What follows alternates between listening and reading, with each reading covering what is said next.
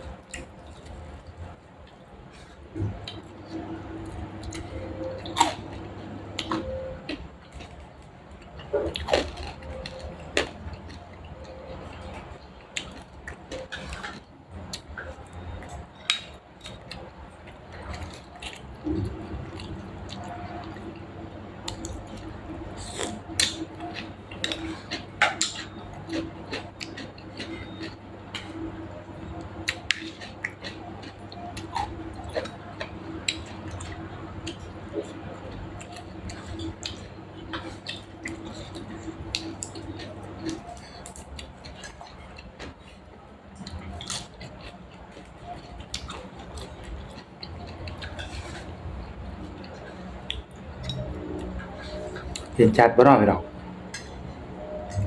มาสดตำแตงน้ำบ่าวนวดเด้อครับผม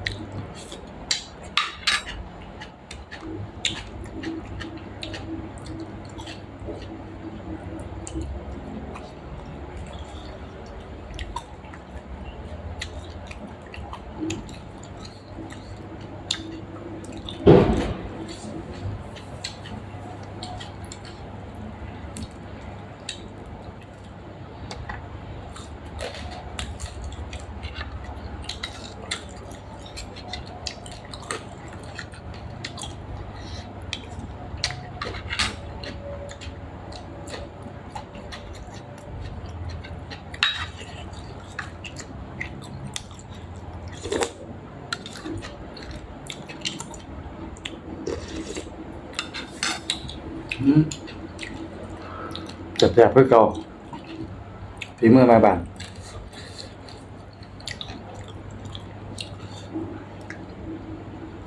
ก็ได้ตำบักแตง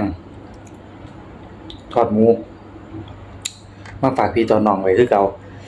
ขอบคุณพี่น้องทุกหม่องทุกวันนะครับเด้อที่เข้ามาติดตามรับชมคลิปของบ่าวหนวดฝากกดไลค์กดติดตามเพื่อเป็นกำลังใจให้บ่าวหนวดได้เฮ็ดคลิปใหม่ๆสุดท้ายนี้บ่าวหนวดขอกล่าวคำว่าสวัสดีครับ